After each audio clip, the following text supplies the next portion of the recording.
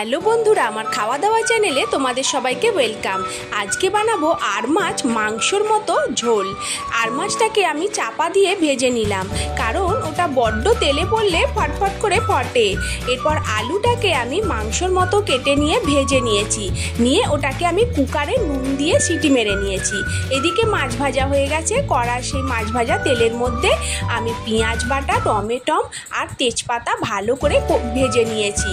তারপরে আমি এতে আদা বাটা, রসুন বাটা, জিরে গুঁড়ো, লঙ্কা হলুদের গুঁড়ো দিয়ে আবারও মশলাটাকে ভালো করে কষিয়ে নেব। পরিমাণ একটু সামান্য জল দিয়ে, যাতে মশলাটা পুড়ে না যায়, সেটাকে ভালো করে কষিয়ে নিয়ে আমি সেদ্ধ করে রাখা আলুটা জল সমেত ঢেলে দিলাম। এতে পরিমাণ মতো জল তোমাদের ইচ্ছা মতো দেবে। এরপর মাছগুলো আমি দিয়ে গরম মশলা দিয়ে এটাকে ফুটিয়ে নিয়ে আমার রেডি হয়ে গেল একদম মাংসর ঝোলের মতো আর মাছের ঝোল। খেতে মাংসর ঝোলকেও হার মানিয়ে দেবে।